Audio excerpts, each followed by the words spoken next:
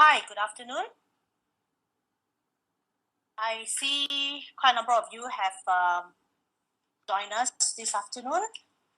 I see Ms. Chan, Chan Lim Chi, Chang Kong Tong, Chia Ching Man, Chia Mei Si, Dr. Charles Ramesh, Eric Siu, Fong Li Min, Ng Cheong Fat, Ong Yit Tai, Hua Xiang Lian, Tan Jing He, Tan Wai Han, and Zul.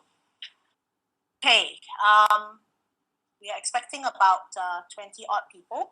So, but never mind, I'm sure they will join us as we go along.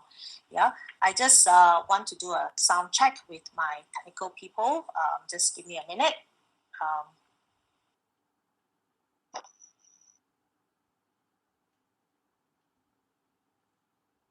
Okay, now,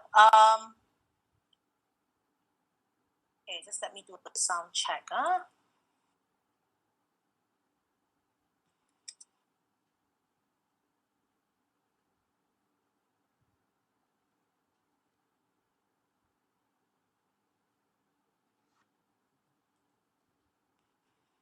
Okay,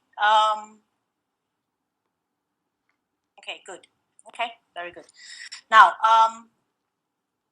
okay, now if you look at the top left hand corner of your screen, there is a thing called shared notes. All right, okay. Now, can you click on that shared notes? Okay, because I have some just a session there. Basically, I'll just read it out in case you can't get it. Basically, just want to say thank you for joining us in this afternoon's live session on the topic called the impact of COVID-19 on HR and the new normal of work. Now, I foresee that this session is actually going to go on for more than an hour, as I will not only be covering issues relating to HR and the new normal of work, but I think it's also important for me to cover a bit about the impact of COVID-19, on the various aspects of the companies as well, because I'm not sure, maybe some of you here are business leaders, right? So you may also want to see what kind of impact, the COVID-19 have on your companies and what are the remedies that you may want to consider. So therefore, do bear with us.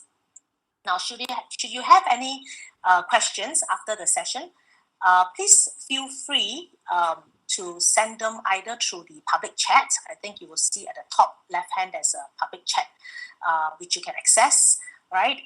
Or if you are shy, you don't want anyone to see your question, you can actually send me a private chat as well. Now, to send me a private chat, all you need to do is just click my name, which is Pat Yeoh, and click on the Start Private Chat to send me your question.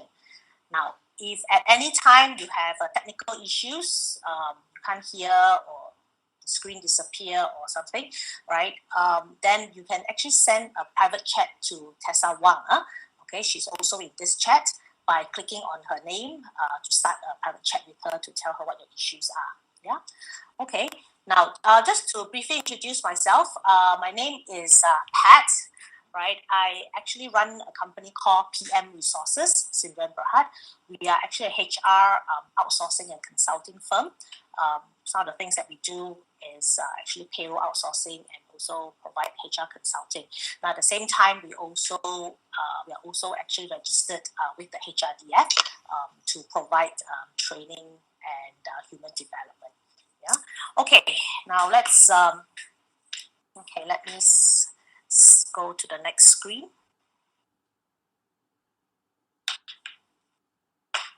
Now, I think all of you know that COVID-19 is becoming the accelerator for one of the greatest workplace transformations of our lifetime. Now, how we work, exercise, shop, learn, communicate, and of course, where we work, right, will actually be changed forever. Okay. Now, I'm not sure if any of you have heard of the term called VUCA. Okay, VUCA. Now, it is actually an abbreviation for volatile, uncertain, complex and ambiguous, right? Which is exactly where the world is right now, or at least this is what we are actually experiencing or feeling right now. Okay, we've never had a pandemic this big before in our lifetime, so this is something that is new to us and, of course, very uncertain. Right now, it has actually just taken us a few weeks for the COVID-19 to shut down all offices, schools, restaurants, shops, gyms, and so on, as well as mandate employees to work from home, right? Unless you're providing essential services, of course, right? Now, regardless of whether you are showing or not showing any COVID-19 symptom, we are all asked to stay at home, right? Now, this, of course, have also triggered hiring freezes. And as of last month and even last week, I know a lot of employers have also started to apply the employment retention program, the ERP from SOPSO, or maybe the wage subsidy package as well, the WSP from SOPSO as well. Now, but the larger question is, how will this massive transformation impact your workplace, right? You, yourself, your team, and your company. Okay.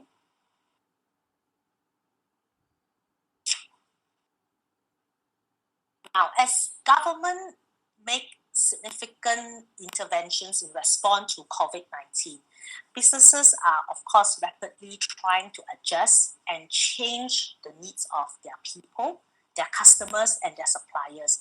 Now, while they are doing this, they are also at the same time trying to navigate the financial and operational changes or challenges as well. Just like our country, right? Our Prime Minister now also have to balance whether we have to save the health of the people or the economy of the country. And it is a juggling act between the two. So it's the same for companies as well. You know, a lot of companies are going through this dilemma, okay? People are just as important, but so is the business, right? Now, with every industry, functions and geography affected, okay? Because we now can't even go overseas or even cross borders. The amount of potential change to think about what is going on right now is actually very stressful, especially for bosses and business leaders, right? It is actually a very stressful time for them. Yeah. So the COVID-19 pandemic remains a health and humanitarian crisis, but the business impact on companies is now, of course, very profound. Yeah.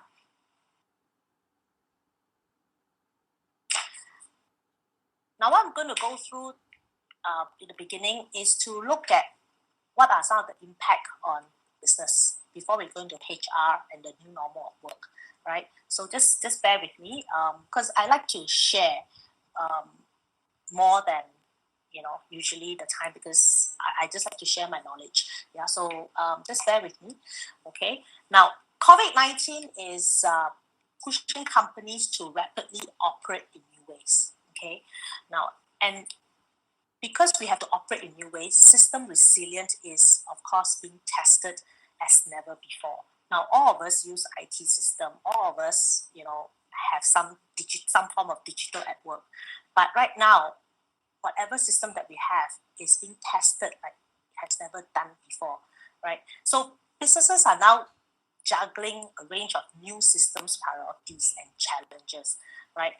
For example, business continuity risk, okay, sudden change on sales volume, real-time decision making. When the Prime Minister announced that we were going into this MCO, it was only 24 hours notice. So immediately, business leaders have to make that very quick decision. What are we going to do, right?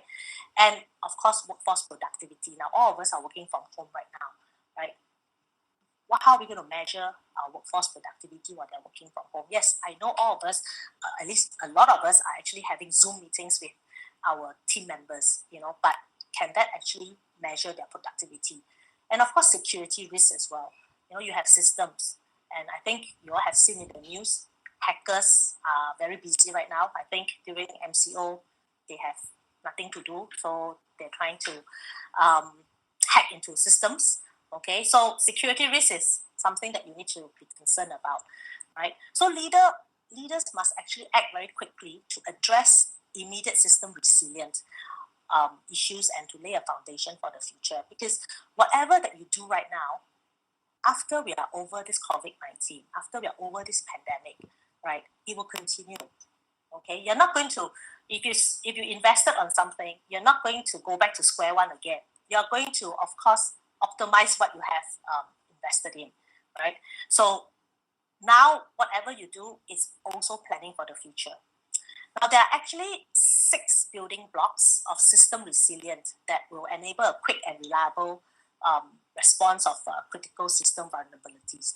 Now, the first is actually what I call elastic digital workforce. Okay.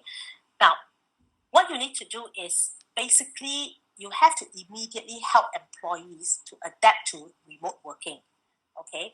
Example, very effectively start running virtual meetings. Okay, right? I mean, I think all of you have done it already. Zoom is the most popular tool that all of you use, although I think all of you heard there's also security issues with that, and people are starting to explore like things like Microsoft Teams, and WebEx and so on, right? Now, so you've got to very quickly adapt to that. Now, second is to deploy or scale collaboration tools and provide guidance for operating in a remote connected workplace. Now, you can't just ask your people, okay, we're all going to now work from home and I will Zoom in as and when I want. You can't do that. You have to provide guidelines to your workforce, to your people. How are you going to manage them while they're working from home, right? Now, there are some employees who usually at work, they are using a traditional desktop. And you can't expect them to carry the desktop home, right?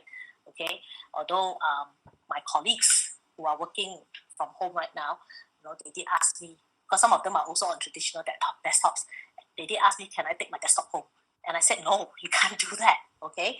Now, so with that, you have to quickly come up with mobile solutions, right? And implement virtual desktop solutions, okay? Now, second is hyper-automation, okay? Now, you have to implement automation to immediately resolve high volume tasks, because there are still some employees who need to handle some very high volume tasks. Now, in order to do that away from your workplace, of course, you need to hyper automate those digital or automation equipments to ensure that they can still perform those high volume tasks, right? And you need to leverage the techniques, like machine learning and maybe even artificial intelligence models, right? Now, another thing is you also need to start enhancing what that you never did automate before to automate it with digital co-workers, okay? I mean, I know it is expensive. It is a lot of SMEs have come to us and said, I cannot afford this, I cannot afford that. Yeah, but the thing is that if you do not do some investment in some digitalization or some automation, you are going to lose out, even from either during this COVID-19 or in the future or after COVID-19, because this is basically where we are going, okay, right? That is why it's called the new normal work, right? Okay, now the third building block, okay, is what we call architecture and performance engineering.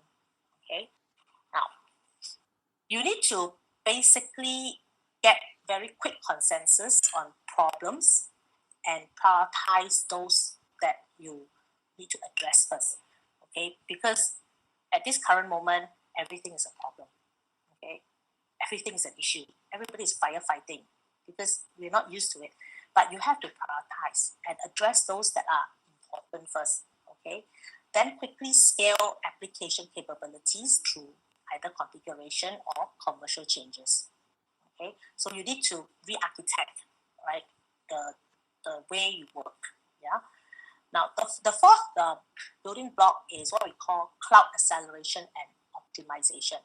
I think all of you know, many of us are using cloud-based technology, okay, which can be accessed anywhere as long as you have an internet, right? So basically, if you're already using cloud-based, you will have to reconfigure traffic to maximize the capacity for critical applications and infrastructure. Because I'm not sure, but I think a lot of us now working from home, some of us may be having internet issues. I think a few days ago, Unify was really slow because there's a problems like submarine thing, right? And so a lot of employees then start to say that, I can't access this, I can't access that, even though they're on cloud, right? So if you're already on cloud, you really need to address those applications that are critical, right? And the infrastructure that are critical. Okay.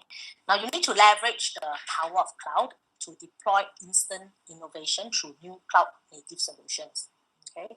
And of course, when you're using cloud, do the cloud by pay basis. Okay, just pay what you need to use, right? So that you can align the technology costs to drop in terms of demand. Because if you don't pay cloud by the use, right, then when your employees are not using it, you're still paying it for it. Okay, so that you need to ensure that the cost is by demand basis. So when the demand is low, then that's when your cost will come down. Yeah. Okay. Now, the fifth building block in terms of impact on the system, which I change the slide. Okay. Now, it's what we call service continuity. That is actually one of the most important things. We are all now locked down or semi-lockdown, right? A lot of us can't even do our business, but we still need to ensure that there is service continuity, right? So find the right skilled resources and initiate knowledge transition, okay? So that you can enable accelerated service readiness, okay? Now, you need to support the service continuity through fit-for-purpose modern engineering practices and lean governance. You may have a lot of employees. Now is the time to decide which you will want to maintain and continue to reskill them, upskill them for innovation and service readiness for the future. And some that you feel that, they can't be helped or they cannot be upskilled, right? Maybe it's time for you to do a Marie Kondo thing, does the people still spark joy to you? If they don't, then maybe it's time to revamp or re-engineer, restructure your organization. Yeah. Okay. Now, the last building block is cybersecurity. Now, this is something that a lot of SMEs don't do, right? I know a lot of companies. After we went into MCO, their employees do not even have. The companies don't even give them a laptop, right? Because they are working from desktop. And what the companies did is they told the employee, just work from your home laptop. At home you have a laptop, right? Just work from your home laptop, okay? Because the company cannot afford to get you a laptop now, okay? Now, a lot of people don't realize that, but that is actually very dangerous because at this very vulnerable time, right, you need to actually deploy what we call zero trust model to multi-cloud solutions, individually owned devices, what we call BYOD, bring your own device, no. You should not allow your employees to do that, right? Even third-party technologies that you don't trust, okay, right?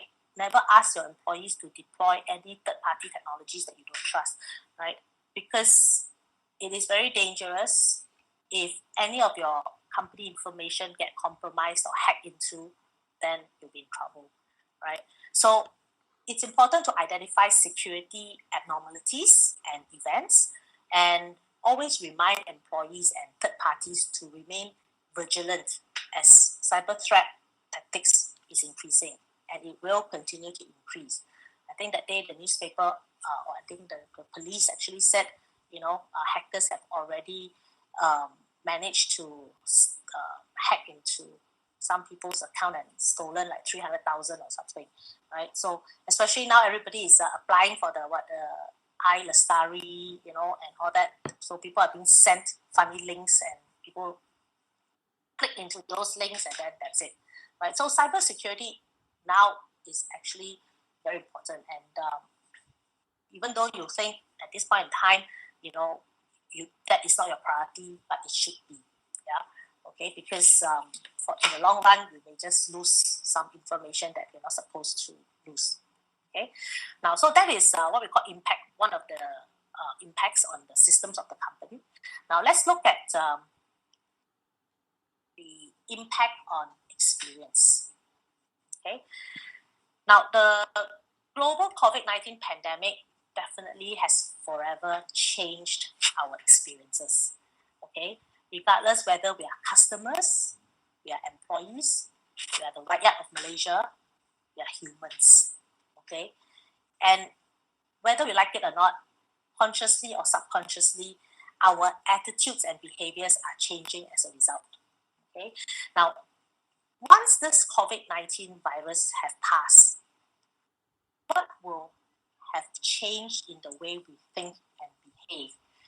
And how will that affect the way we design, we communicate, build and run the experiences that we need and want? Now, currently we are wearing masks, social distancing, okay? We are concerned about our health. Now, after COVID-19 has passed, these are some of the things that will still be stuck in our mind. When we meet another person, we'll still be a bit, vigilant and careful, right? It subconsciously will eat into us. So it will change our behavior, okay? So what changes will take place will depend on the ways people and businesses react and how they find innovative ways to rise above these challenging times. For example, this crisis is fundamentally changing how and what consumer buys, and is accelerating immense structural changes in the consumer goods industry. Now, I think all of you know in other countries, everybody went and buy toilet paper, okay? Right? But thank goodness, our country, we didn't all go rush buy toilet paper. So we are a bit more rational. Some Malaysians are a bit more rational. But I know people who never used to eat a lot of eggs or bread or pasta suddenly went and sweep all the egg, bread, and pasta from the shelf. Okay, so basically what we buy and how we behave change. Why? Because in the end, we still go back to the basic necessity. Okay, we are afraid, we are insecure. Okay, so that will, of course, be part of our experience, will impact our experience. Okay, now there are actually 5 human implications to expect from people's behavior now and the future. Now, each, of course, will have a deep experience implications even for companies. Now, the first is the cost of confidence. Now, COVID-19, an explicit of COVID-19, is that other people or places can carry an invisible threat. All of us know. Now we go out to the supermarket. Suddenly someone stand next to you. Automatically you will jump 1 meter away. Or if the person start to cough, you will start to stare at that person, right? It's a natural thing that we do right now, okay? So it becomes, there's an invisible threat, okay? So deciding on what to do, especially in relation to large decisions, such as maybe in the future when this COVID-19 is gone or MCO is lifted, so whether we want to go on holidays, we will think twice. Where we want to live, we will also think twice. Now, prior to COVID-19, we were very open to working overseas. We are very globalized, we can travel anywhere. But now, if someone were to offer you a job, let's say in Italy, you will think twice, right, whether you want to go there or not. Okay, so it actually changes our perception and through this experience. So all these decisions now, which used to be so easy to make, will become a more anxious process. And things that we used to just buy without thinking, we may now just postpone that purchase because maybe due to loss of job, due to financial security and all that, right? So all of this will actually make risk less tolerable, and whatever that's familiar to us, it will actually hold more closer to us. It becomes more valuable, right? So the erosion of confidence will make trust way more important than ever before. And this actually will necessitate what we call trust multiplier. That is an action that to be effective, we have to rebuild trust quickly and credibly. So as a company, same thing. You have to rebuild your trust with your customers. Okay, so you have to focus. The focus will be on the confidence building through every channel. Okay, now justifiable optimism will sell well. Okay, so if you're able to manage to actually gain the trust of your customers and to justify why they should buy from you now or in the future, that will definitely sell better, because people now are very dependent on trust, right? So all of this may change the nature of what we regard as premium products and services. So previously, we may think that is a premium product, but now we may look at it and say, are you sure it's a premium product? Can I trust it now? Okay, and if you're a business owner, right, how can you make your customer trust you, trust your products? Okay, now the second impact on experience is what we call the virtual century. Now, the enforced shift during the worst of the pandemic to virtual working, right? We were all forced to go virtual working, even virtual consuming. Because a lot of us, some of us very kiasu one. We don't even want to go to the grocery. We all start to buy online, right? Okay, so we start to go virtual consuming, and even virtual socializing, right? I know a lot of, including myself, I have relatives overseas, so we start socializing with them using Zoom or WhatsApp call or so on, right? And have you noticed that people that you don't usually talk to or call, suddenly you decided that I want to talk to that person, or I want to see that person on Zoom or whatever.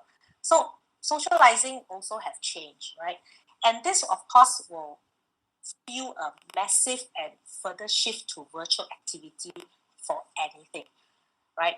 Now, whatever virtual thing that we are doing right now is not going to disappear. It's not like, okay, MCO over, COVID-19 over, okay, let's go back to square one. No, it's not going to happen. We will actually continue to go virtual. Now, it will affect ways of communicating across learning.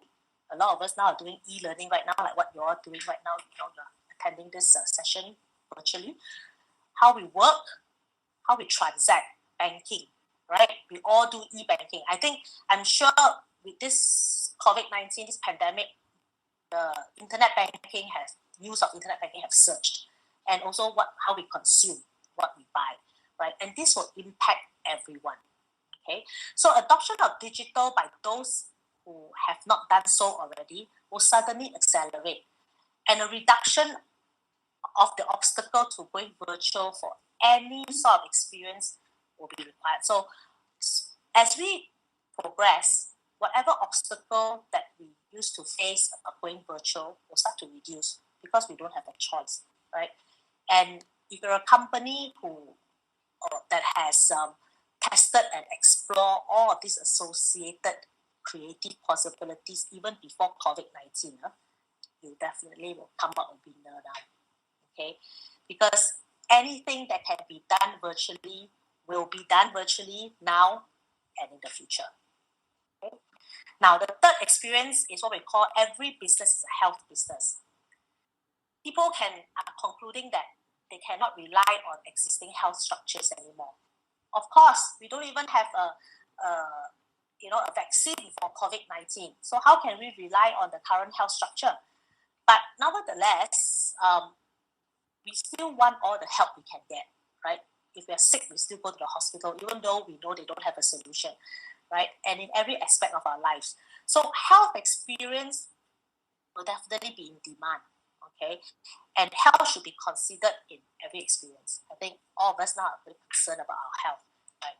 So the concern about health, of course, will increase during the current crisis, but it will not disappear even after the MCO is lifted or after the COVID-19 dies down, right? Rather, health will actually become a dominance, okay?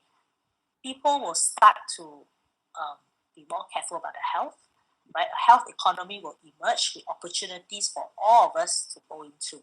Now, every business will need to understand that how it can be part of this new health ecosystem that will dominate the rakyat's thinking or the Malaysians' thinking. Okay, so health will now become a priority due to our experience right now.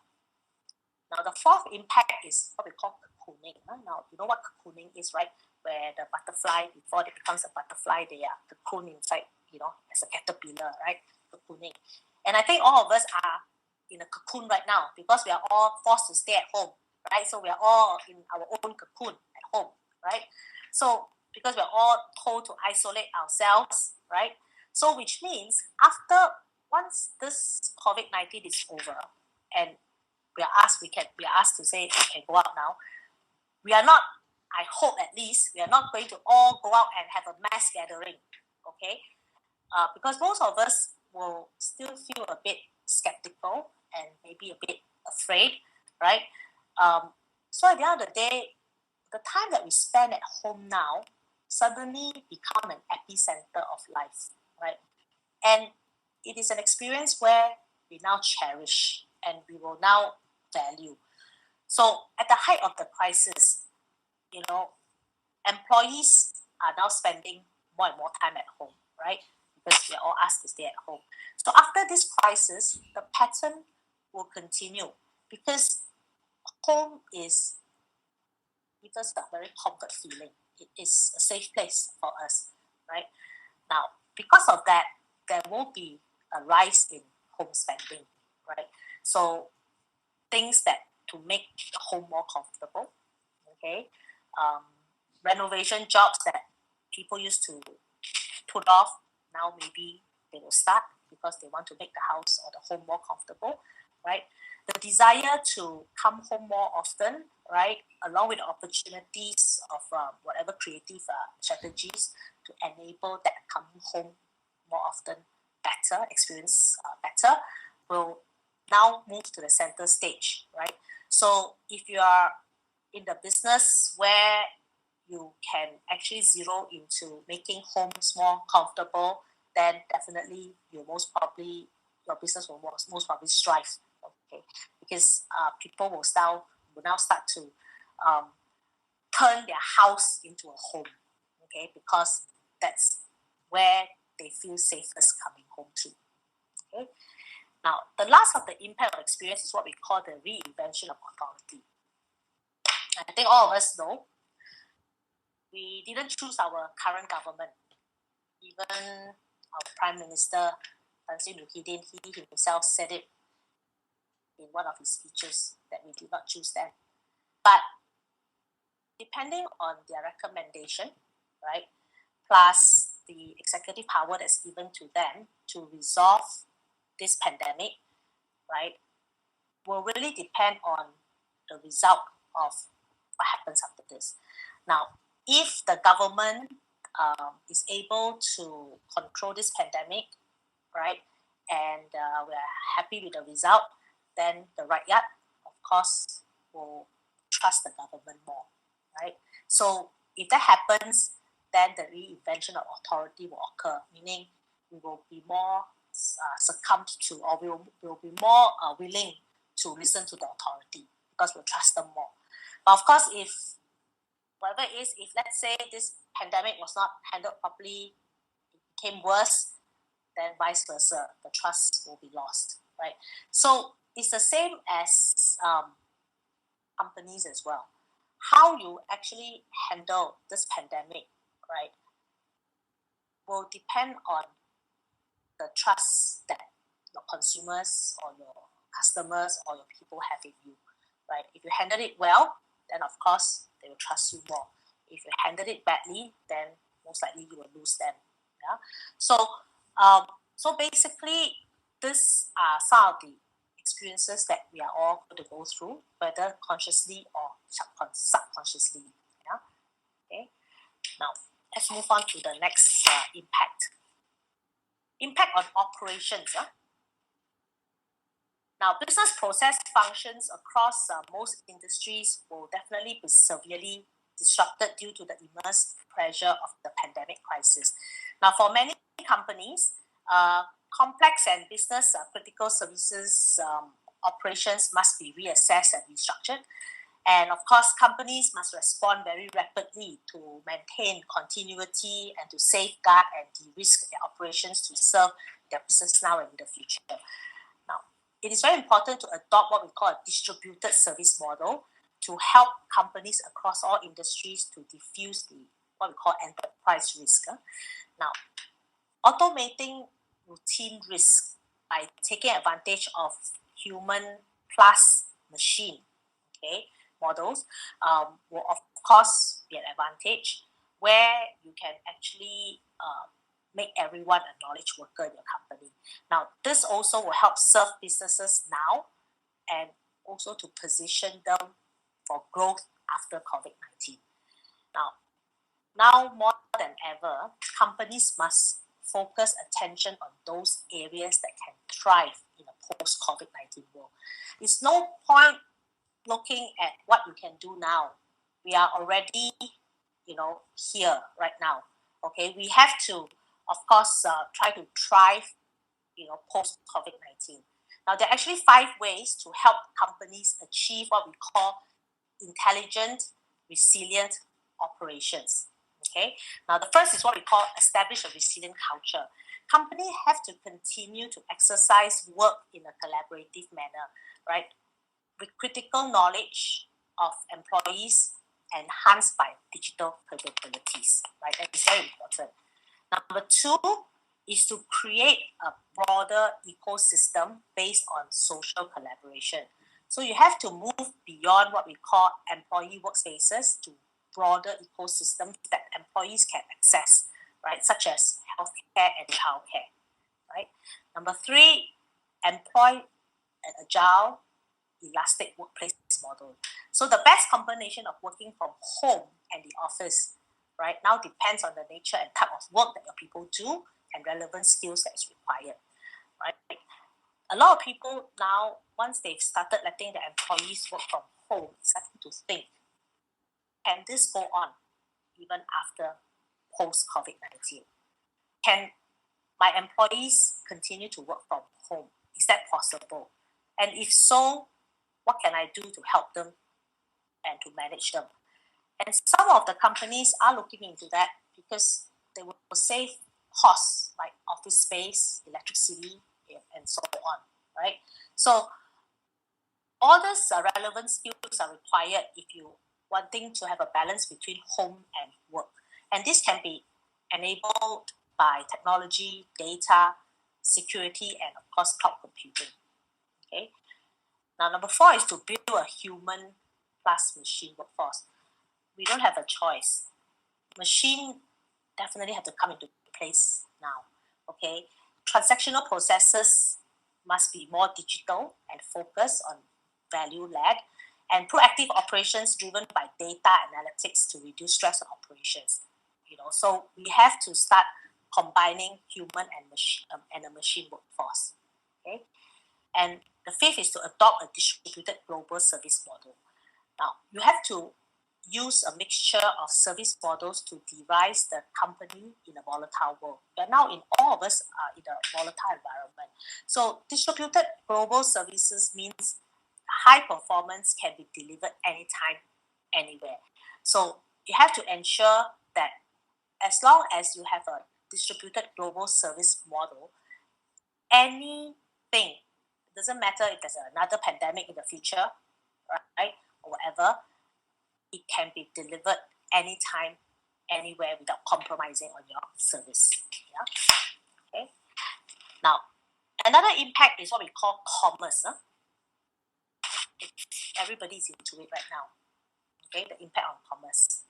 Okay, it can be direct to consumer, or what we call B2C. It can be business to business, what we call B2B companies, right? Everyone is scrambling to meet immediate and emergency needs. And the pandemic has actually activated a new wave of commerce innovation. Consumers now have new buying behaviors, okay? And they are likely to remain even after this crisis. Actually, even before this crisis, we are all already starting to buy online anyway. And this will peak and this will continue, okay? So we don't have a choice. Commerce is something that is going to happen, even after this crisis, right? And this, of course, will present an opportunity to companies. Right? Those who have viewed digital commerce as a secondary channel now definitely need to reprioritize their business with a digital commerce focus. Okay, for example, retailers now, they are rallying to provide what we call contactless delivery. I think if you ordered Grab food, if any of you still ordering Grab food, you will also see, Grab have a pop-up menu that says, let your Grab driver or Grab delivery boy knows, that you want a contactless delivery, okay, right? Compared to what we call a pickup service or a curbside pickup service, okay, right? Because that is how it's going to be now and the future. Now, the COVID-19 pandemic is, of course, rapidly accelerating the digital commerce, okay, that is pivoting globally. And leaders can actually gauge the opportunities by addressing three critical questions. Number one is, how do I reassure that my customers and employees during this uncertain time? Okay. Number two is, how do I stabilize digital operations with frictionless transactions and the capacity to handle increased demand? And number three, how do I reconfigure my products, services, and markets and establish new partnership and ecosystems to retain new and existing customers? So these are the three things that we need to ask ourselves right now. Okay, now, reassuring your customers and employees. Now, there is unprecedented confusion on what, where, and how to buy things. Customers are, of course, now concerned about who to buy from. Is it safe? Is it clean? Is it expensive? Are we paying a fair price for it? Or is it the essential that we need?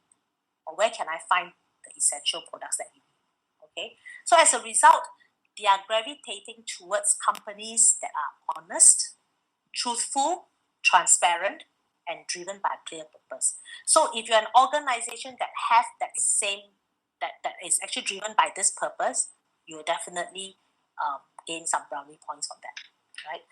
Now, these principles, of course, extend through customer channels and their engagement with retailers, as well as business-to-business relationships as well, B2B, and how companies work with their distribution, wholesalers, and manufacturing direct suppliers. Now, companies who can demonstrate these attributes will, of course, be able to deliver a different level of customer service in comparison to those who can't. And companies who can do this, of course, will make themselves more relevant and connected to their customers, regardless whether they are new customers or old customers on an ongoing basis. Okay. Now, number two is to reassess your employee customers' policies in line with your brand purpose and values. Now, one of the things that to reassure your customer and employees is to reassess your employees and customers' policies in line with your brand purpose and values. Now, you have to define your role on how you can help people in this time of crisis. People now are very stressed. People now are going through anxiety. I know some people are really going through some stressful time. So how can you define your role to basically help the people in this time of crisis? Yeah. Okay.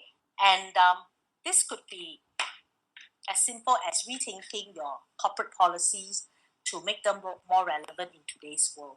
So, for example, suspending the refund exchange policy.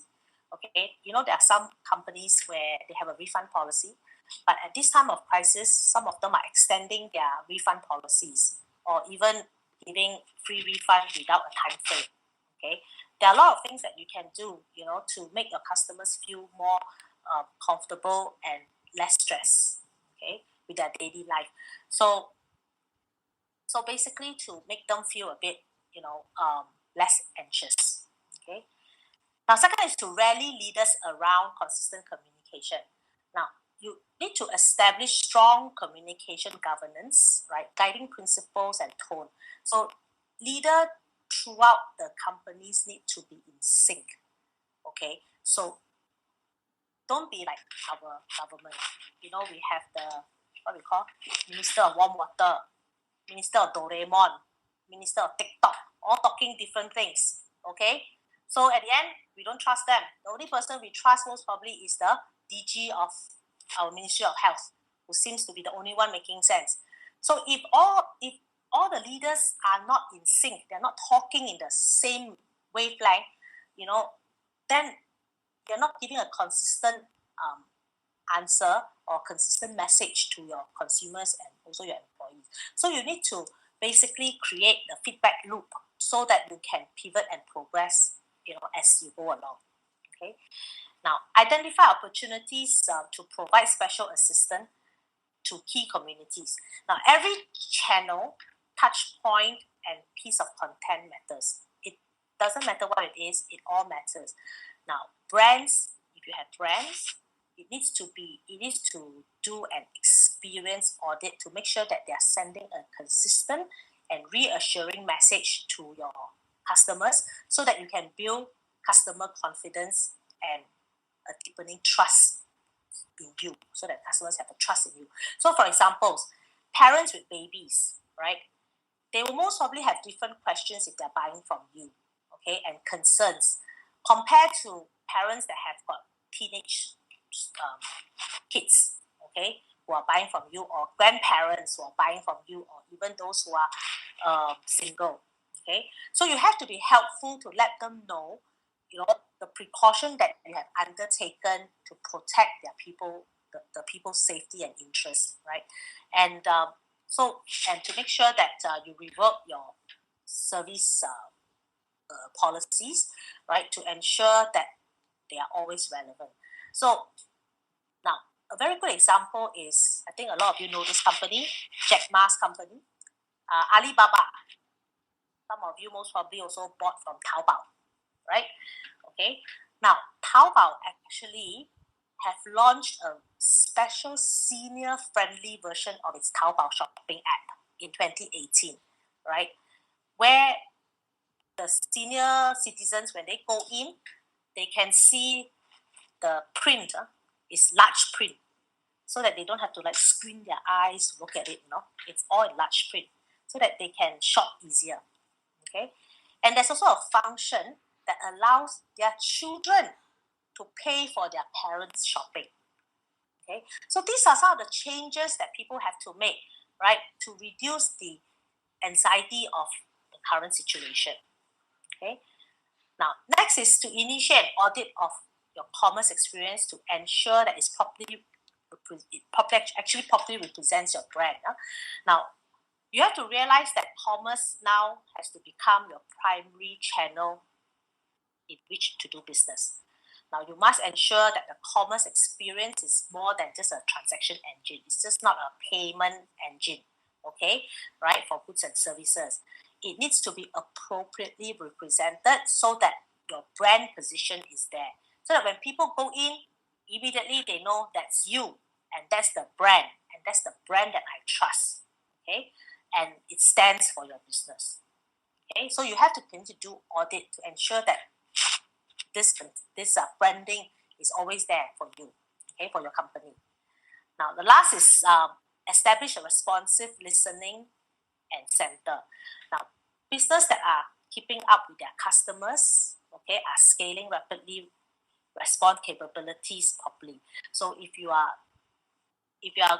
to actually keep your customers, you have to listen to them. You have to be able to ask the right questions, analyze the data that they provide, and you may have to meet the customers,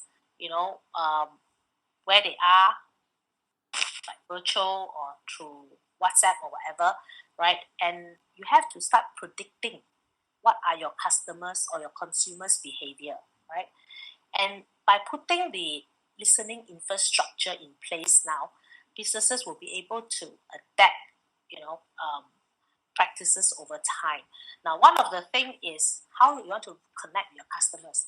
I think a lot of you have seen some companies, they have a live chat at maybe usually on the bottom right hand corner of the website when you go in. Yes, it's very nice to have a live chat, but if nobody actually takes care of that live chat, then what is it there for? If every time I send a live chat message, it goes to someone's email and it takes like 48 hours or 72 hours before it gets responded, then what for?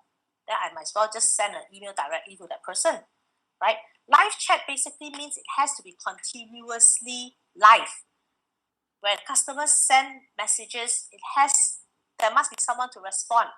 Okay, that is the personalized service, the consumer, the B2C personalized service that you give your customers. Okay, you have to make it relevant so that you're connected to your customers on an ongoing basis, not only now but even post COVID-19.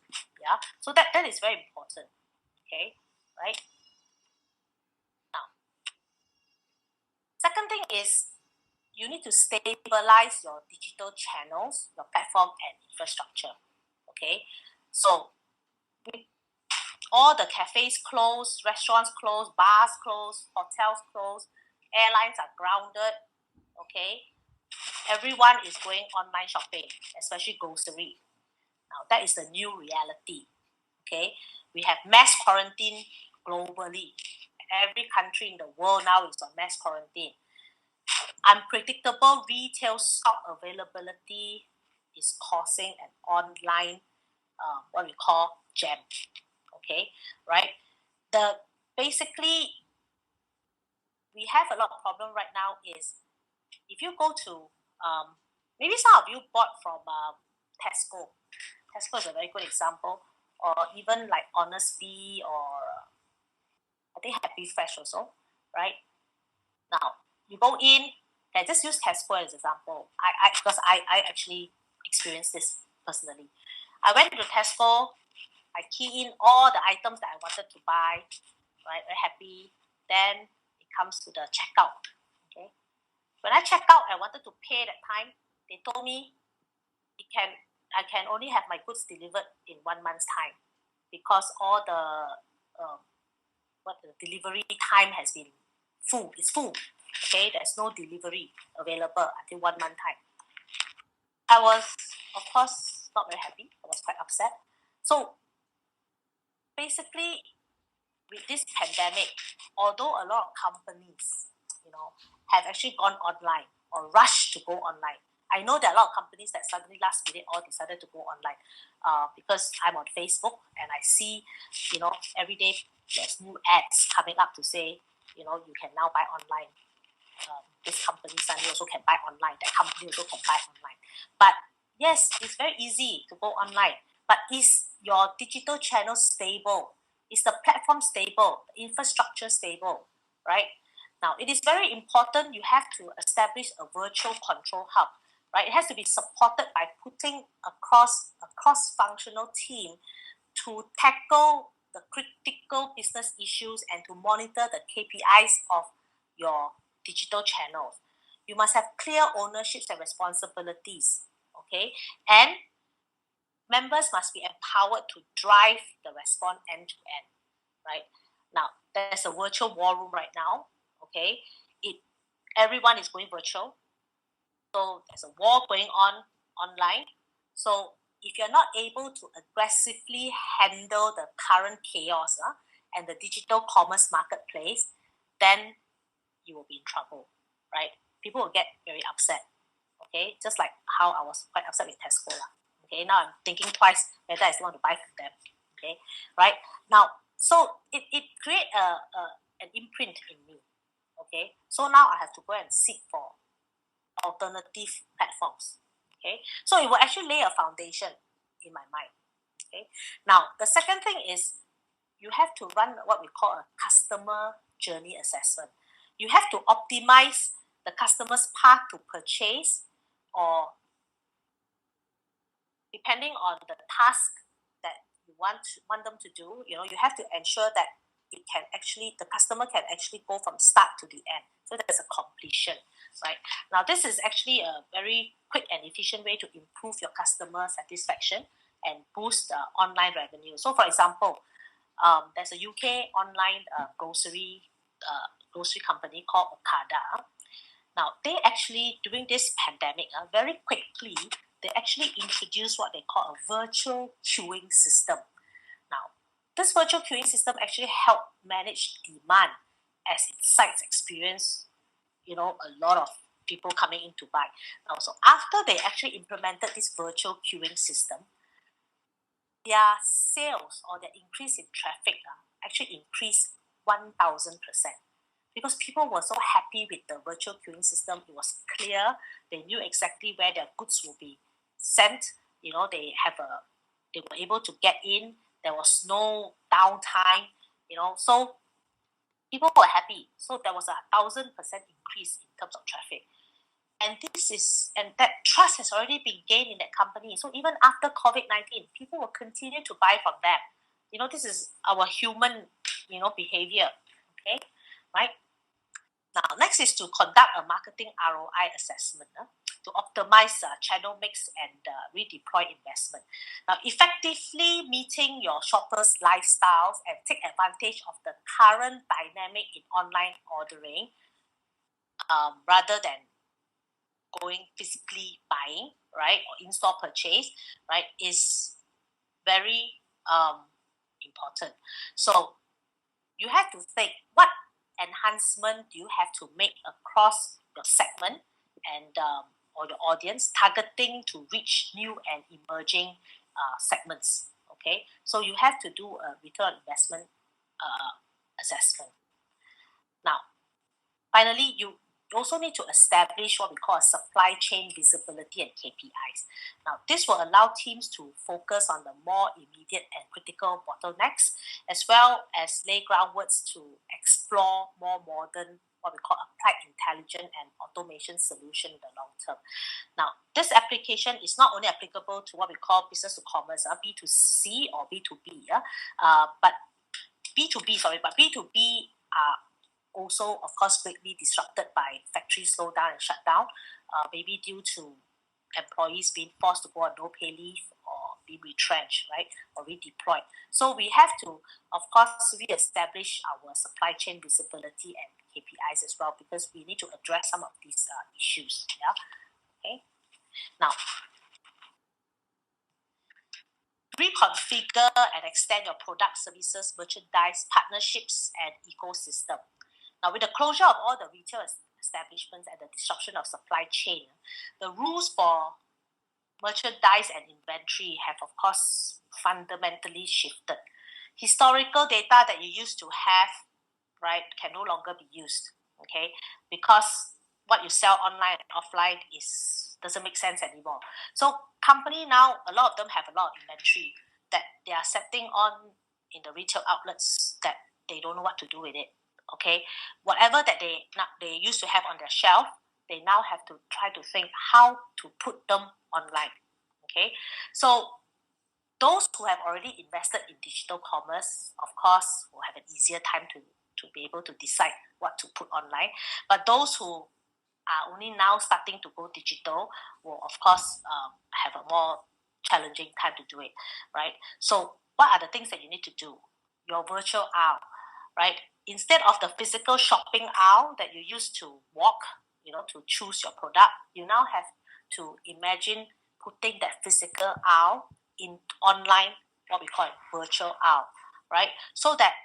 And you need to place all your products in that virtual aisle in a way where consumers were likely to buy it or attracted to it, just like how you do it on your physical shelves, right? Okay, so now you have a virtual shelf. You have to do the same as what you do with your physical shelf. Okay, now you have to analyze what are the things that should is more sellable and what is not. Okay, and adjust it accordingly, right? Second, you have to assess your workforce utilization to balance capacity and skill with new demands. Now, these are you need to basically assess all your workforce to see who can actually um, handle this new demand. What are the capabilities and their skills? Okay, you need to understand whether you need to deploy them into um, into this business, or you need to deploy them elsewhere, right? Even call centers, you may need to set up call centers. So so that people can call to inquire about things. Can you deploy some of your workforce into this call center, and so on, right? Okay. Now, rapidly update digital content. Whatever that you sell online, make sure it's updated. Okay, it is very important that your content, your catalog is up to date. No point you put something up there that is not relevant. Okay, so you have to make sure that it's updated and you have a person doing that regularly. Now, analyzing pricing promotions to optimize investment, price promotion across key customers and region. Now, you need to understand where or when you need to give discount, and whether the discount are necessary to shift the elasticity of the consumer's demand, and whether pricing needs to be adjusted in the short term to take advantage of the shopping dynamics, right? I know now if you go online, a lot of things are selling like buy two, free one, because they're cashing in on the demand. So you need to, of course, analyze to see whether that's feasible for your business as well. Okay.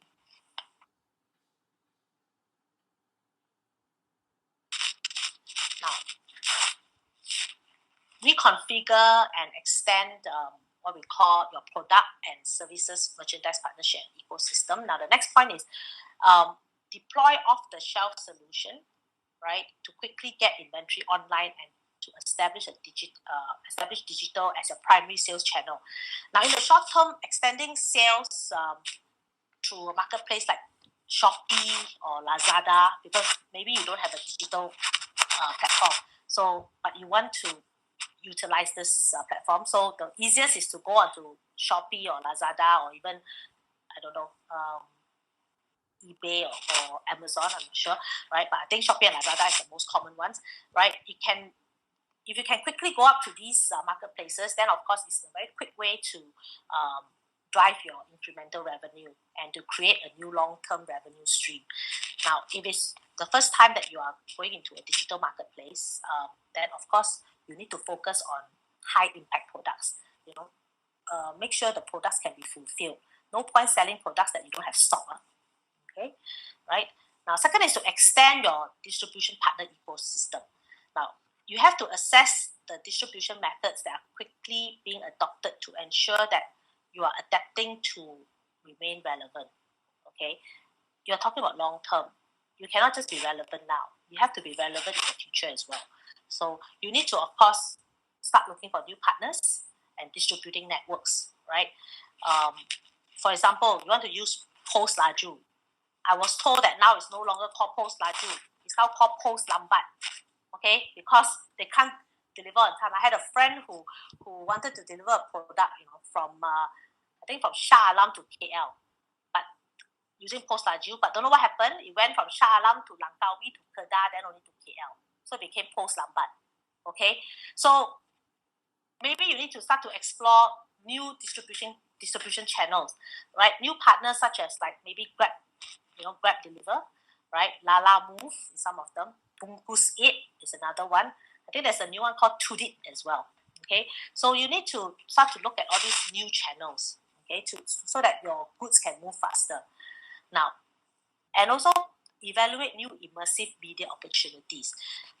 You need to identify areas that what we call physical high-touch sales are still norm, right? And look at ways of digitally automating or replicating the experience. Okay, so things that can sell very well, try to replicate it, try to duplicate that experience.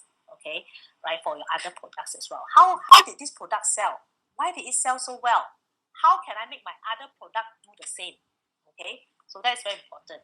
So that is why some companies are also now offering what we call personal shopping via Facebook Live. Okay, we have this client, they sell sanitary wear. Okay, you know, like bathtubs and what do you call taps and sinks and so on. Now they can't open shop now. How are they going to sell, right? So what they did was they went on Facebook Live, right, bundling all the products as a promotional offer. Like if you buy one bathtub, you get a sink and a tap free or something like that.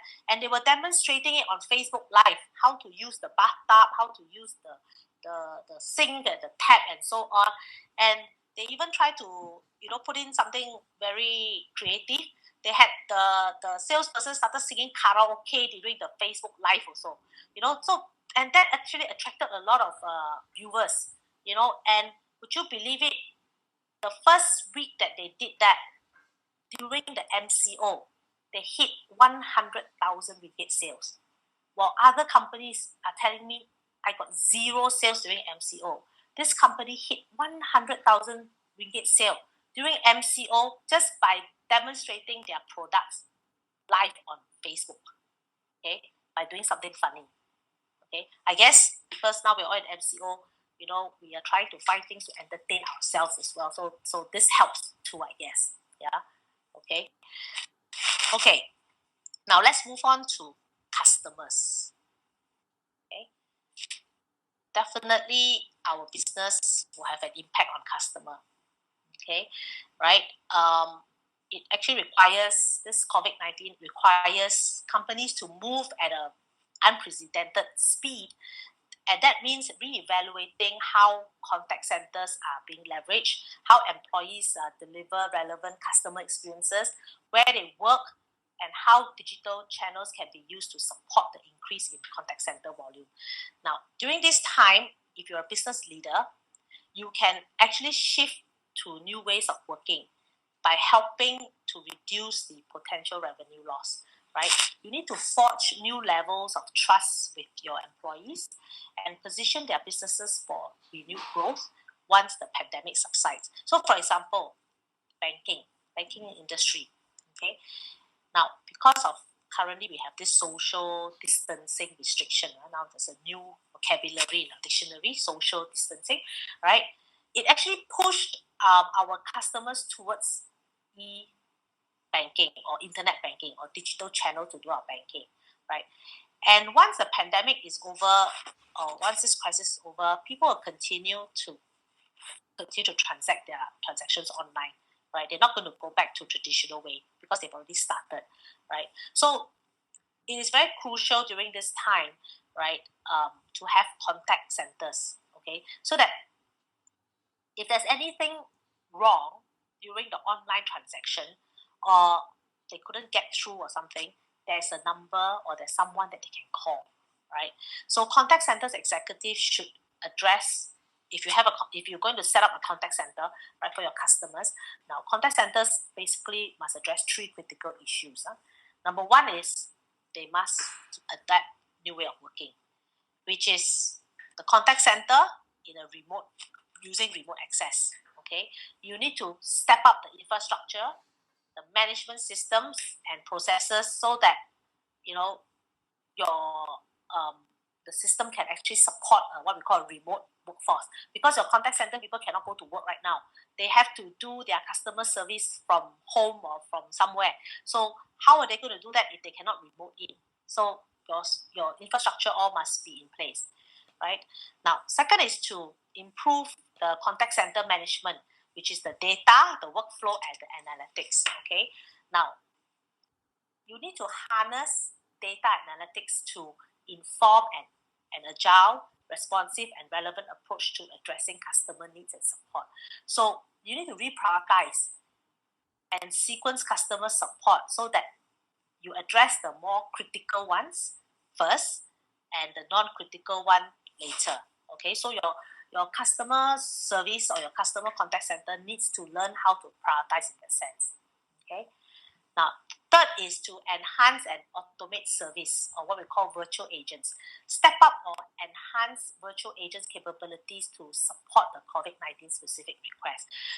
Sometimes if you call the bank, or maybe not the bank, I think if you call some of the companies that already have a customer or contact center, right? The first thing they tell you, besides press 1 for English, press 2 for Bahasa and all that, the next thing they said, if you are calling us with regards to COVID-19, blah, blah, blah, press 1 for this or press 2 for this. So that saves the customer from going through the whole process of getting to the operator or to the customer service to get his or her questions answered. So make some of the FAQs virtual so that the customers can get the answer right away rather than having to wait to speak to a human, right? So basically, that is what I call virtual agents to support the COVID-19 pandemic. Okay. Supply chain. Now, more than ever, the supply chain is very critical, okay? Company needs to supply goods and services very quickly, safely, and securely, especially to those that are at risk of infection or those who are working at the front line, where you need to supply medical equipments, right? And especially for those companies or scientific companies that are doing COVID-19 testings and treatments. So while you are meeting this unprecedented demand, companies, of course, have the responsibility to protect the health and welfare of their employees, right? Their supply chain workers and also the wider community that they operate in. Okay, so while maintaining the required flow of products and materials, so it's very important, that we officially still maintain the human life and the economic well-being across the planet. Okay, now, of course,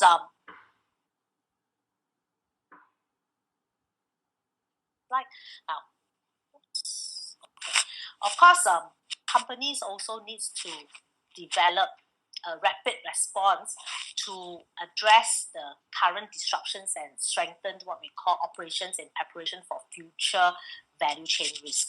Now, very important, rapid response leverages digital and analytics to understand the supply chain complexity. Now, supply chain is, of course, very complex. It goes from the factory to, raw material to production, to warehouse and so on, right? So you need to identify ways to manage the disruption because currently now everything is disrupted, right? And we need to then quickly develop a tactical plan, right, for delivering goods and services in the midst of COVID-19. So we need to leverage on platforms, right, using what we call maybe artificial intelligence systems or machines and equipment so that we do not have a disruption in our services. Okay, right? So how do we do that? A continuous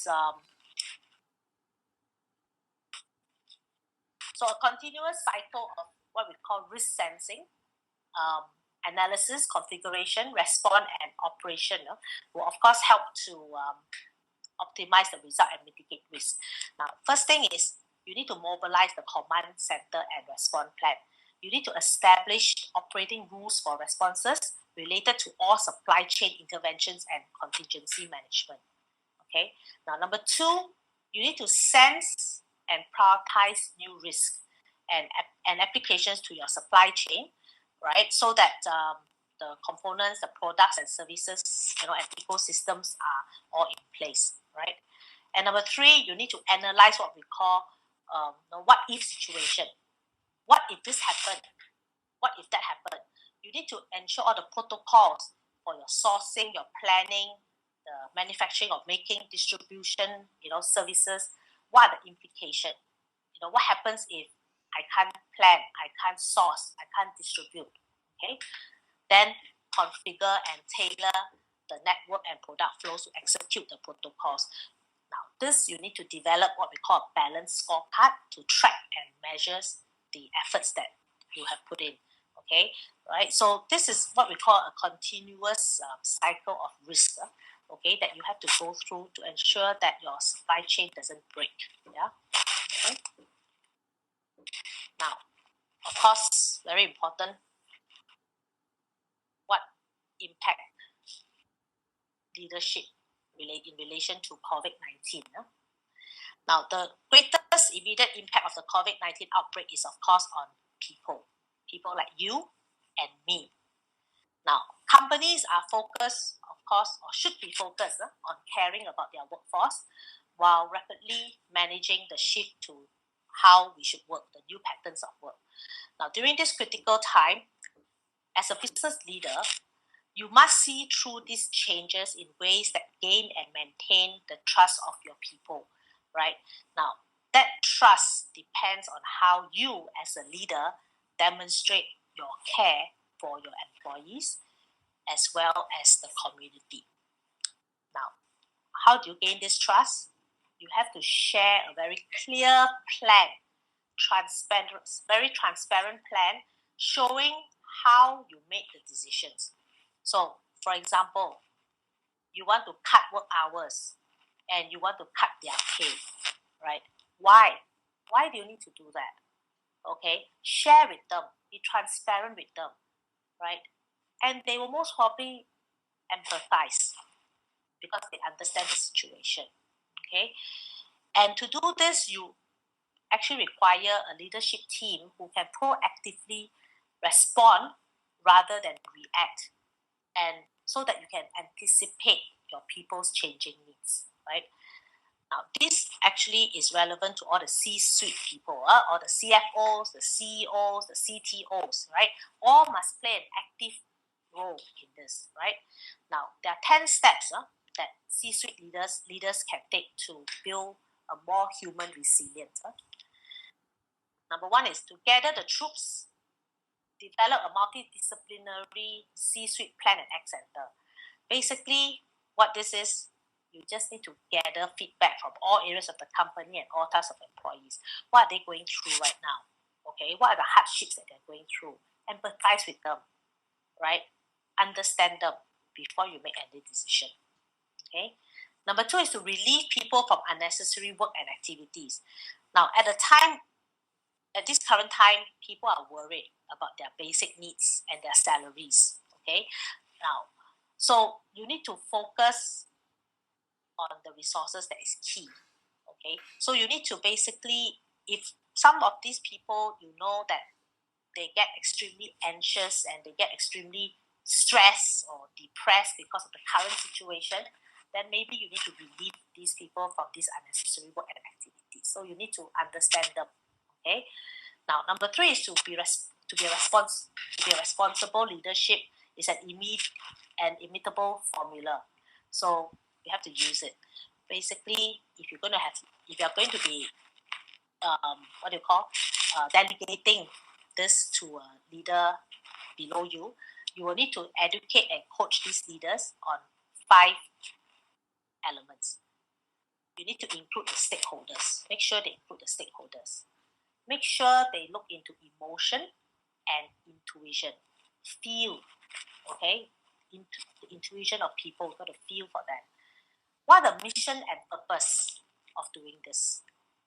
What technology and innovation have you put in place? And what are the intellect and insight that you can learn from this? Okay, these are the things that leaders need to be educated on, right? Before they can actually handle all this workforce at this very stressful time, right? And one thing, forget about hierarchy. Don't play this boss, I'm your boss, you are my employee, you only listen to me because I'm your boss, okay? Forget about this hierarchy thing, okay? We've got no choice now, we are in this pandemic, cross-functional, very important. We must have an agile team, right?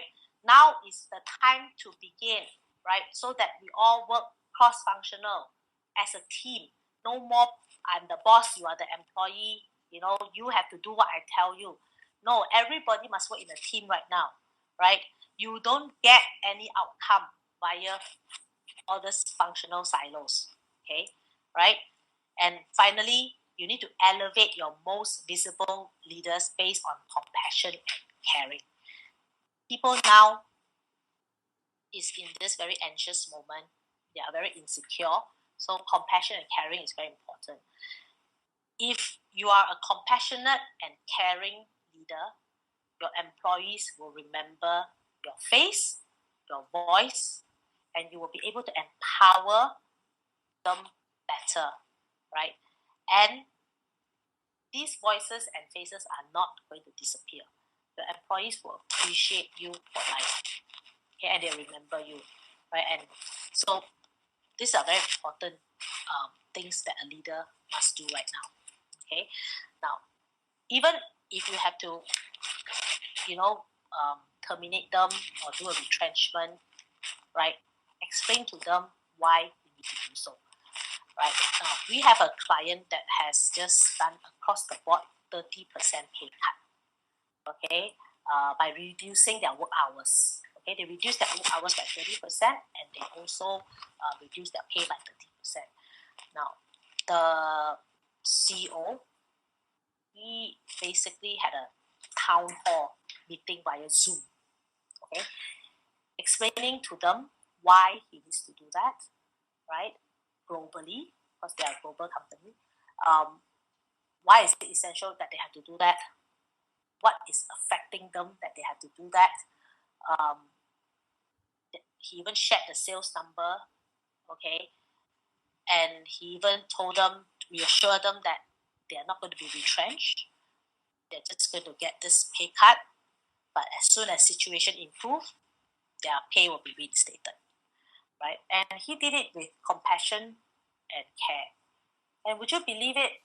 Some of these employees even asked him, is 30% enough? If you want to cut 50%, I also no problem. Because they feel for the company, they know the company is going through a hard time. So they're willing to do more for the employer because the employer showed that he cares. Okay? And this is where the hierarchy of boss and employee disappears. Because everyone is in this together. Okay? Everyone is in this to save the company. And that is very important, okay, as a leader. Now, let's see. Okay. Now, it's very important to also integrate your company's purpose and values into every communication and initiative. Okay. You need to share your purpose and values, so that your employees have the sense of belonging, because that's what they need right now. They need a sense of belonging. They're very insecure right now. Okay. And as we continue to go into quarantine or what you call MCO or social distancing, definitely more and more employees needs a connection. That's why, continue to talk to them, whether it's Zoom meeting or whatever. You must continue to maintain that communication. Okay. Now, when you talk to employees, don't just give data and facts and figures. Tell a story. Tell them why. Okay. People's brains are wired to find meaning in what you say. Okay. And normally when a leader tells story, they can respond better and they can understand better and analyze better. The analogies will stick into people's brain better. Okay. And it will also be less stressful for them because then they don't feel so ambiguous. Right. And normally as humans, very simple, right? What we want is the larger story and the insights, okay? The insights of things, and give that to them, okay? Now, if you have leaders around you, right? Maybe your GMs or your senior management team, rally them around consistent communication. Make sure all of them are talking the same thing. Make sure that they're all in sync, okay?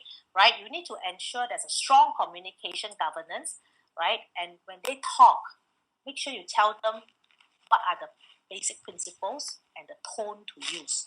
Okay, don't scream and shout at them. Yeah, I know the leaders are also frustrated, but as leaders, you need to be compassionate. Okay, so leaders throughout the companies all must be in sync. Right?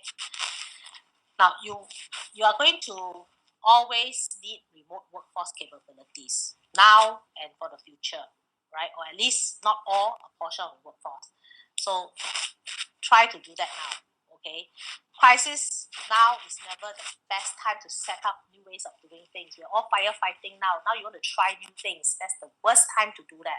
Okay, but this pandemic actually gives us no choice. A lot of us are doing it for the first time, right? We don't have a choice. So before the pandemic, right, many companies have already done research, and they showed that 1/3 of all employees who are able to make full use of their technology to do their job will be able to work from home effectively and productively. Those who cannot make full use of the technology that's given to them most likely won't be able to work productively at home. Okay, so now is the time to support your people as they transition to digital ways of working. Okay, and finally, don't allow the crisis of now stop you from moving towards the next. Okay, whatever that you do now, you are also planning for the future. Okay, now as leaders, I suggest you reserve 2 hours every day, right? Just 2 hours. Focus on getting your company and your workforce to the future. Start planning what's going to happen post pandemic after COVID-19. Now, these 2 hours you may think that is a waste of time because you got more urgent things, you're firefighting other things. But if these 2 hours you spend it wisely with the proper planning, right, it will actually help you to move your company beyond the urgent and prepare for the future. Yeah. Okay. So these are some of the things that the leaders should look into. Now, HR. I'm not sure how many of you here are in HR, right? But later I will take some questions. But let's look at HR. How can HR help? How can HR battle the business impact? Okay. Now, the impact of COVID-19 is, of course, starting to hit business harder, with a growing number of countries banning travel, and some countries, even though not in total lockdown, they are also stopping them from attending events, encouraging people to work from home, and putting contingency plans in place. So we are all in uncharted territory. And of course, we are all very uncertain about how dangerous or what is the true level of this COVID-19 and what are the long-term implications, right? Now, because of all this, it's of course understandably causing a lot of fear and anxiety among employees, right? Employees are worried about whether they are putting themselves at risk, especially the frontliners and their family at risk when they continue to commute to work, okay, for example. Or some of them are very concerned about their job security, especially if they're in an industry which is going to be badly hit by this COVID-19. Now, in a situation like this, where anxiety is high, right? When you feel anxious, there's always no clear answers to questions because you are afraid. So when you're afraid, you're anxious, you get frustrated. And when you get frustrated, conflicts happen. Okay? People will start to go against what you think. Okay? Right? Especially when you tell someone, this is a very serious situation that we are in, COVID-19 is very, very dangerous, right? People will all react differently, okay?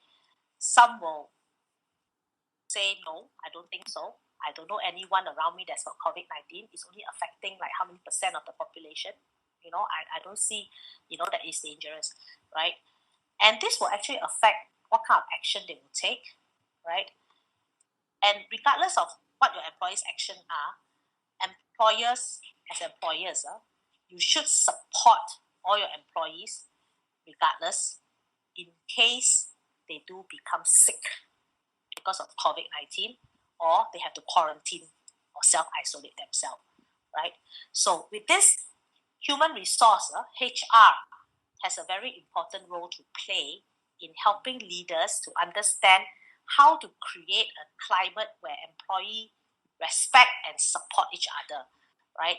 And where the team can be put together to work as a team rather than letting differences of perspective and opinion cause damaging and time-consuming arguments and fights, right?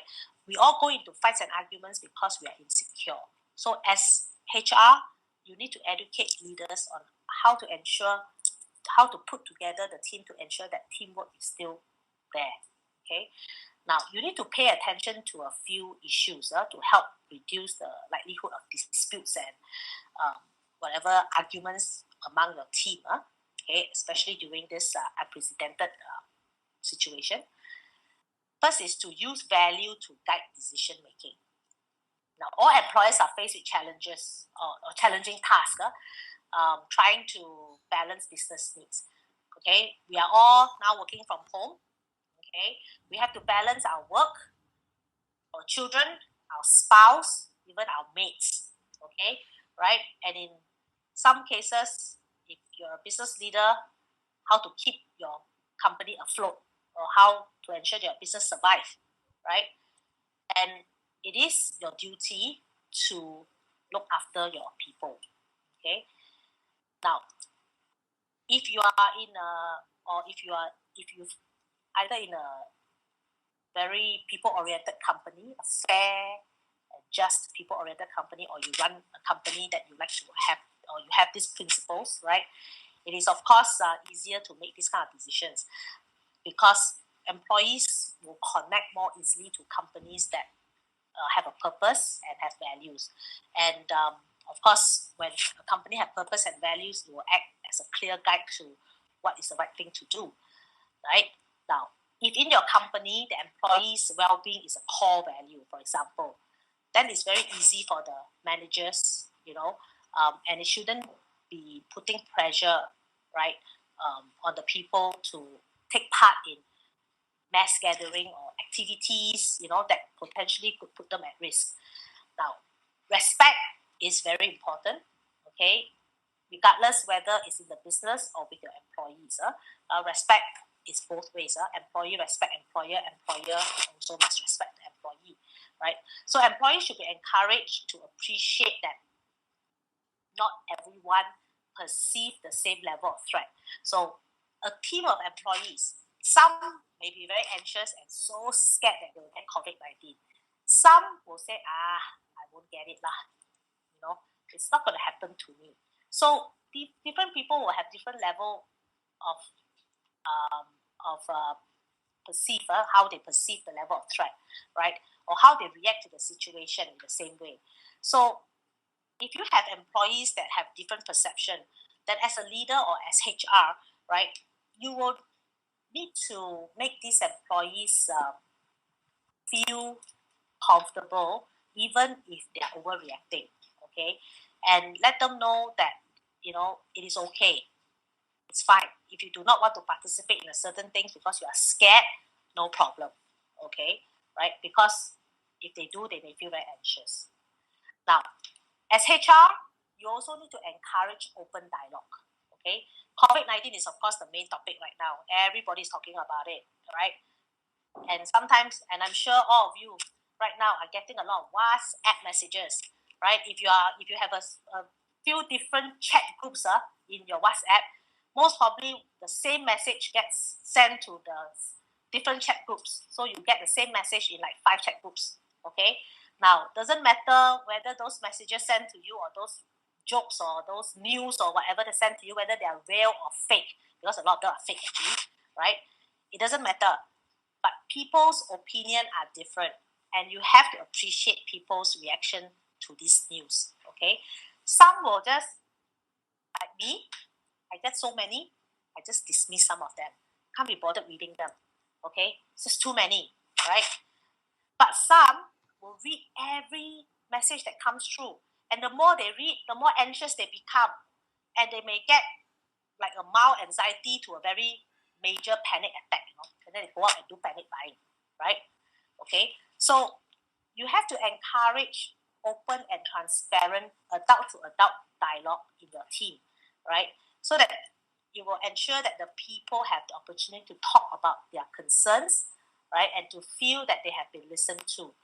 So that it gives managers the opportunity to provide what we call reassurance about where the company is, how the company think, where the company stand, right, and how they can resolve issues quickly, right? You have to give assurance to employees, right? So it allows the people to see that they're not alone in this. There are other people that just like them as well, right? And encourage peers to support each other with compassion and empathy. Yeah. Now, third is you have to involve employees, whether you like it or not. When it comes to making big decisions about the business response to the COVID-19, senior leaders will, of course, have the final call. I mean, senior leaders or bosses or leaders, of course, have to make the final decision. But it is important to involve your employees in a discussion about what changes needs to be made, how work needs to be reorganized, okay, and what are the new rules of engagement, how are they supposed to work and all that. Now, if let's say your employees are working in the front line, okay, right, then you will, of course, have the frontline employees, of course, will have a better idea on what will work and what will work because they are hands-on, okay? They will have a deeper understanding on the practical challenges that may arise, right? And if you have people that have been part of the solution of your problem, right, and feel that their views and ideas have been taken into account, then they are most likely, be more dependable when they speak up, okay, because they can share their experiences and decisions by the leaders that can be made through this discussion with your employees, sharing their experiences, and then the leaders then can make a more realistic decision, okay, rather than pushing them back, and making them feel that, they are being imposed upon. Yeah. Now, communicate regularly. As HR, you need to ensure your leaders clearly has a duty to keep people informed of the latest official guidance and to give employees a regular update of what's happening. If there's a change in your company policy, make sure all your employees are aware of it. Okay, regarding to travel, regarding to work, regarding to sick leave or no pay leave or whatever, right? Now, HR has to encourage leaders to communicate regularly around the purpose and priorities to make sure that during this difficult time, all your team members are still engaged and are focused on the right things, right? You need to keep everyone on message means, so that there's less confusion and frustration, so that you won't have an employee saying that, oh, I didn't know. Is that so? I don't know. Nobody tell me. And then get really upset, okay? Right? So for example, colleagues expecting collaboration from others, on tasks that maybe something is not important, right? Have to be communicated clearly so that people won't misunderstand or your team won't misunderstand, right? And finally, you need to support the adjustment of your employees' new way of working, okay? Right? The spotlight is firmly on flexible and remote working at the moment, right? As companies look for ways to maintain continuity of service delivery without going against, of course, the government's guideline now, okay, or compromising on the health of the employees. So for a lot of us, this is a new way of working, okay? And if it's not managed properly, it can lead to bad feeling or even fractured relationships. So HR needs to educate leaders, right, to communicate crystal clear within their teams about who will be working when, how inter-team communicates, how any issues will have to be dealt with, and how performance will now be managed, right? Because performance will have to be managed differently now, okay? Because you're all working from home and not physically seeing each other. So HR has actually an important role to play guiding managers or senior leaders on how to do this and setting the ground rules for flexible working in terms of who is actually open to working flexibly and how it will work. Okay, so there must be some guidelines. Yeah. Okay. Now, when I started this presentation, I asked a question: how will this massive transformation impact the workplace, you, your team, and your company? Okay. Now, this massive transformation will become what we call the new normal of work, okay, which is evolving within companies right now. The new normal of work cannot be avoided anymore, okay? I think if you all have listened to our Prime Minister's speeches, or one of his speech, right, he said, or he told us, we have to embrace a new normal in our lives, as the war against COVID-19 is far from over. He said that Malaysians should expect significant changes in our lifestyle and our daily routine, which could continue for several more months, if not years. Basically, what Tan Sri Muhyiddin, our Prime Minister, said is we will be living according to the new normal. Okay? We are not going to go back to what we call the old normal. We now don't have a choice. We will be working now and into the future, what we call a new normal. The way we work, the way we think will be different. Okay? Now, so what are the implications on how the COVID-19 will accelerate our future of work initiative for the rest of 2020 and future? Okay? Training. Across the globe, companies are dealing with the COVID-19 pandemic by mandating or encouraging employees to work from home. So as the virus spread, working from home is the new normal of employees. Okay, for employees. So you will hear people saying it's the first day of both working from home and having to homeschool my children. You know, I never signed up for this, you know, why did I have to do this and so on. Don't have a choice now. Okay. So what are companies doing to prepare for one of the largest work from home experiment ever? The whole world, every single country in the world is now working from home, right? Now, one way is, of course, training, right? When companies are asked, in what ways does your company offer training on how to successfully work from home? The responses range from, we offer our employees training, we offer our managers training, we do mentoring, we do coaching. You know, we even launched this employee resource group so that people can post, you know, their feelings or what they want in that group and so on, right? Now, these are very common things that a lot of companies are doing right now. But I share you an example. Microsoft. We all know Microsoft. Now, Microsoft has created a guide to working from home during COVID-19. Now, this guide was shared with all the Microsoft global workforce. But what Microsoft did is they also made this version available to its customer. And it made it in an editable document where if you are a Microsoft customer, you can actually use it. Okay.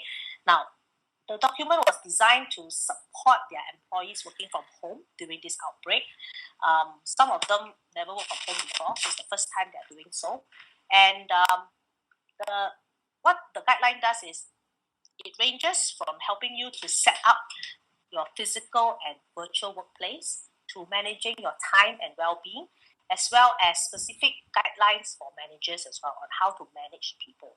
So if you can get a copy of this Microsoft guideline, it would be very good, you know, as for you to use it to maybe edit it to suit your company's needs. Yeah, okay, because everyone is different. Okay, and Microsoft, of course, continues to offer learning resources, you know, where people can actually share notes and share, brainstorm, ask questions, and so on, right? And the guidelines actually balances the mechanics of working from home with the emotional implications of managing work, home, children, and of course your own health as well, right? So if you have an opportunity, do try to look for this guideline, right? Number two, the future of work is the future of workers' well-being. Now, companies that are focused on the future of work are now consumed by the impending disruption of job automation, changing workforce demographics, and all of these are important. But we need to also, of course, take care of our employees' well-being. Yeah. Now, today more than ever, the future of work is the future of employees' well-being. With the growth of digital economy, our bosses expect us to be always there, always on, right? Midnight also send WhatsApp. Midnight also, send email, right? So this will stress your employees because then they cannot manage the work-life integration. And now with COVID-19, you have to break away from this and try to assist your employees with their well-being, right? So that they don't get, so stressed, right? Because of this, right? Because humans are still humans, we're not machines. So we still need to have time to rest, yeah? And companies must be committed to helping build their people's well-being, and that includes their physical, emotional, mental, and spiritual well-being. Now, last time, a lot of bosses, especially those SME companies, they used to tell me, if my employee can rest and don't get a call from me, it's a benefit to them. Now, that doesn't work anymore. Okay, these are not benefits. Okay, we have to basically look after our employees' well-being, so that they can be less anxious, and so that they will actually deal with this COVID-19 in a better way. Yeah. Okay. Right. So they have to you have to encourage them to form healthy habits. Okay. Right. Eat healthily and so on. Right. Now, the third is the COVID-19 can be an opportunity to redefine your business. Everybody tells me, "Ayo, this COVID-19 die lor. My business sure die. I don't know whether I can survive. I don't know whether, after MCO, my business still here or not." Why think so negative? Think positive. This could be an opportunity for you to redefine your business. Okay, right? Basically, this COVID-19 is just shifting how we live and do business. And it will actually lead to what we call the fourth industrial revolution, right? It will definitely be fueled by smart technology such as artificial intelligence and mobile supercomputing. So HR or human resource should see this COVID-19 as an opportunity. That is an opportunity to rethink assumptions on their products, their services, and business model, as well as thinking about cross-training and creating new products to be better prepared in case we have another pandemic 10 years time, 10 years down the road. Okay. Now, as we move towards 2021, okay, a lot of us want to forget about 2020 already. We are so sick of 2020. We want to move to 2021. Okay, so let's move to 2021. Then this COVID-19 would be an accelerator for defining the role of the company, how we work remotely, how we reskill our employees, how we do skill-based hiring, and how do we transform corporate learning, maybe into e-learning. Yeah. So use this as an opportunity, okay, to see how you can do better with the new norm of working, right?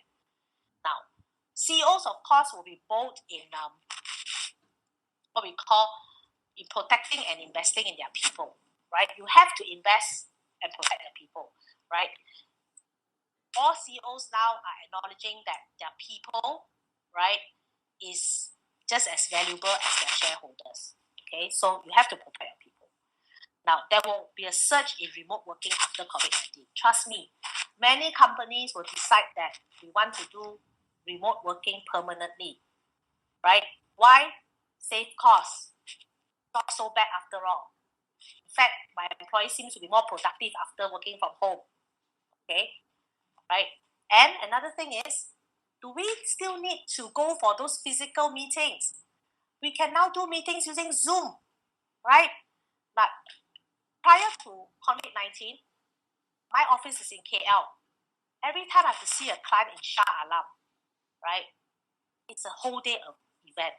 Even though the meeting is only for 1 hour, it takes me a whole day because most of the time I spend in the car driving to Shah Alam, the jam, and coming back in the jam. And by the time I come back, it's already end of the day. I cannot do it much. Okay. Now we are all having virtual meetings using Zoom and whatever tools. Why can't we do that after COVID-19? It saves time. It saves costs, saves resources, and we can have a meeting on time. I don't have to call the client and say, sorry, I'm running late because I'm stuck at a traffic jam, right? Okay, so definitely remote working after COVID-19 will be here to stay, okay, right?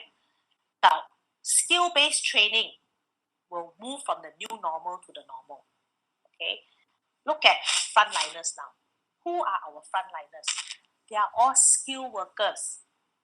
Do you see lawyers in the front line? Do you see accountants in the front line? No.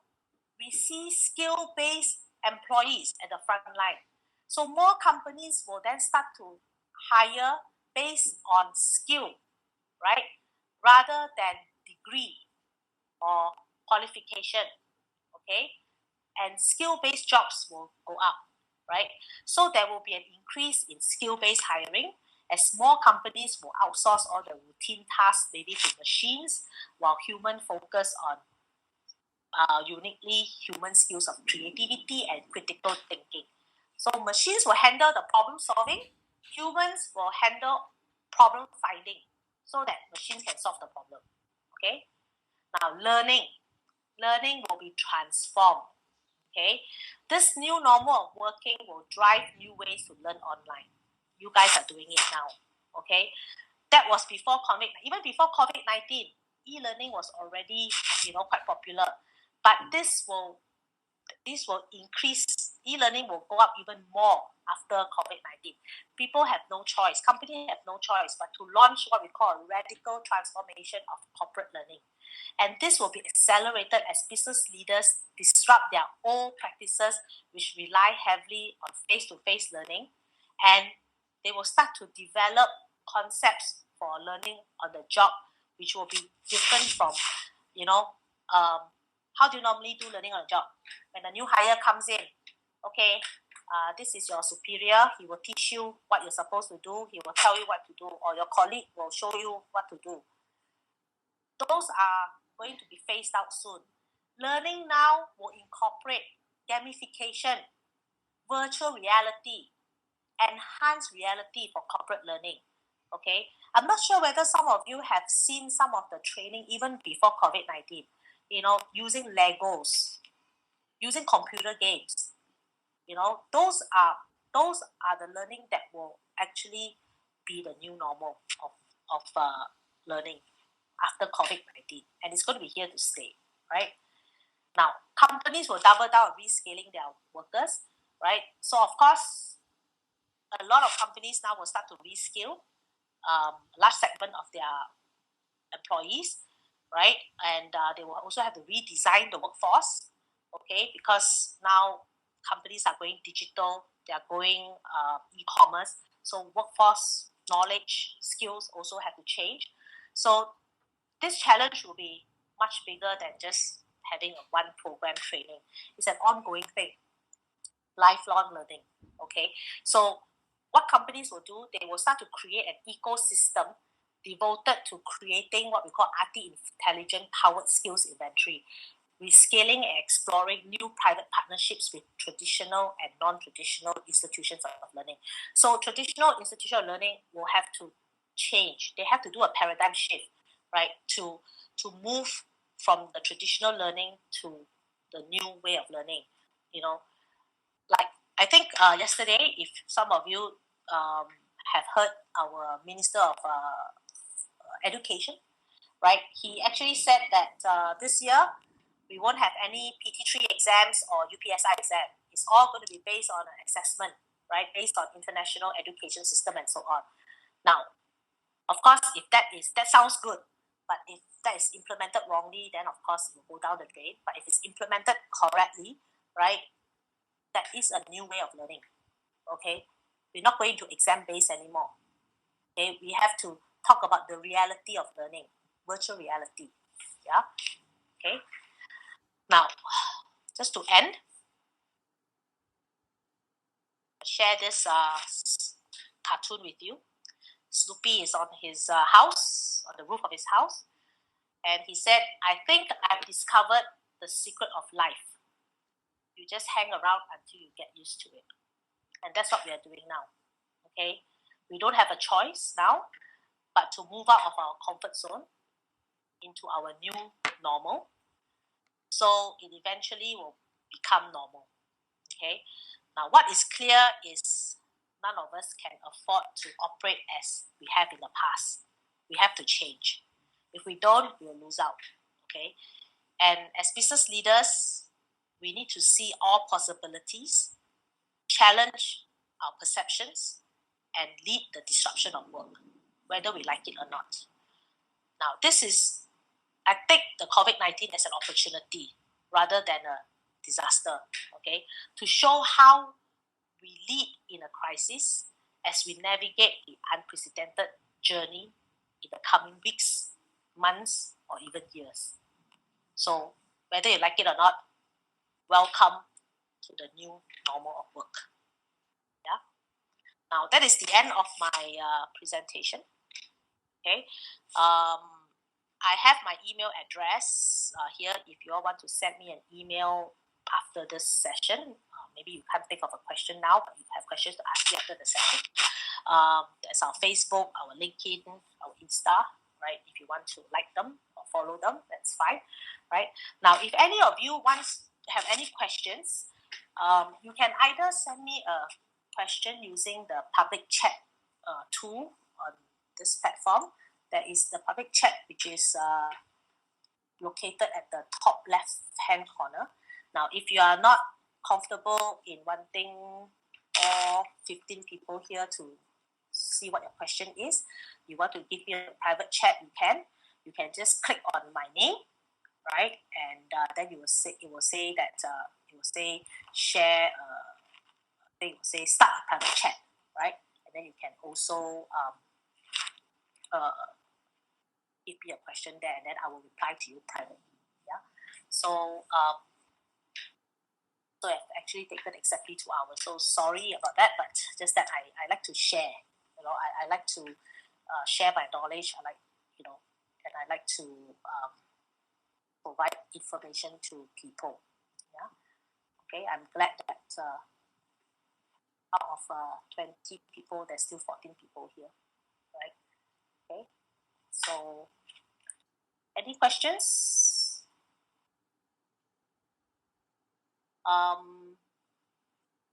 If you guys are comfortable, you can also unmute yourself and ask the question using virtual voice online.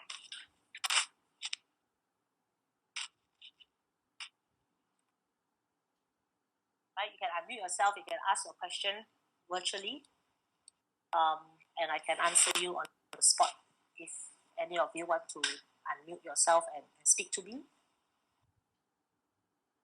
Anyone? Okay, got some public chat here. Okay, let's see. I have no question. Okay, Dr. Charles Ramadan has said no question. Xia Macy say thanks. Okay, they have left the group. Dr. Charles Ramadan is still here. Okay. Anyone else? Any private chat messages? I hope that you have found this informative, right? Because I don't know who you are. Utah did not actually give me your name list, so I don't know whether you guys are in HR or you're business people or you're just general public. So that's why I made this presentation very more for people who are in the business, for people who are HR, and also as a general basis. Yeah. Okay, no question. Okay, so thank you, Dr. Charles Ramendran. Thank you, Xia Macy. Thank you, Chong Fat, and thank you, Tang Wai Han as well. Okay, right.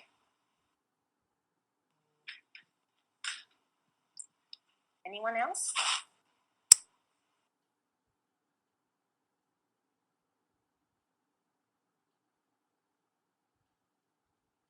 If there's no question,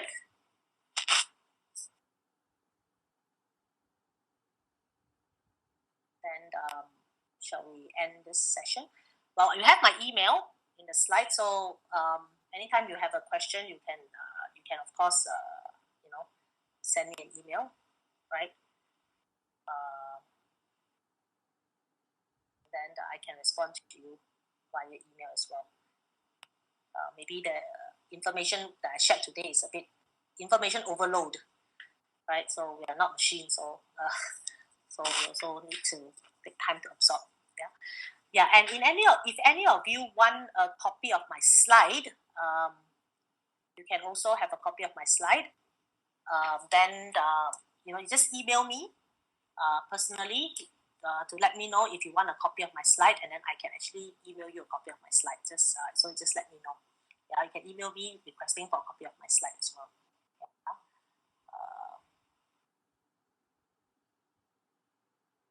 Okay.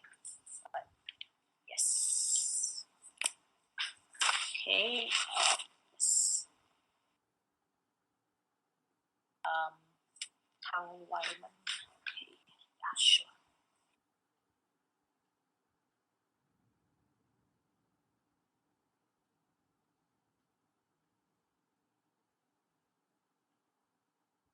Okay.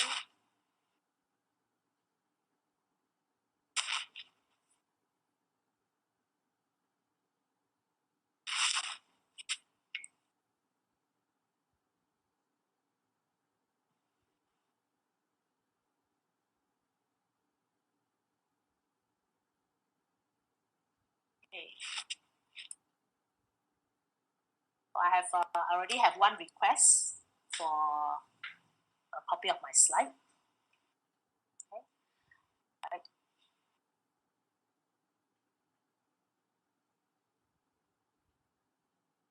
So any more questions? If no questions, shall I end this session? Right. If you have no question, then I think you can slowly leave this session, so that I know that you are done, and then so that I can end the session as well.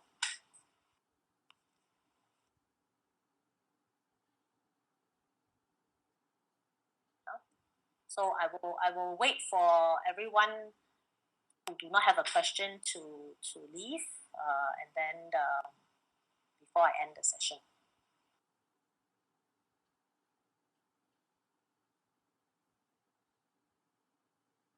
So,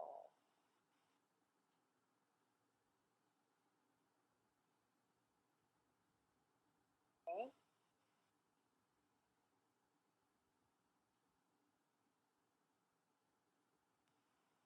So I see.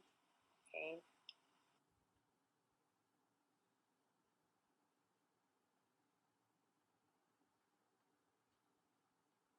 Okay, I think everybody has left the session already.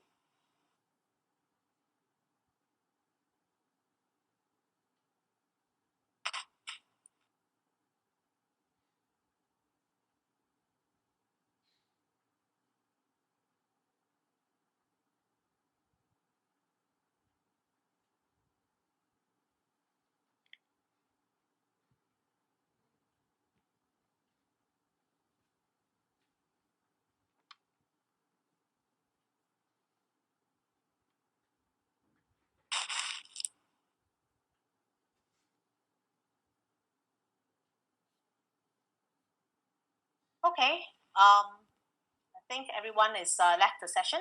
So thank you very much for spending 2 hours with me today. I hope it has been informative, and hope you all have learned something from this and gained some insight from this.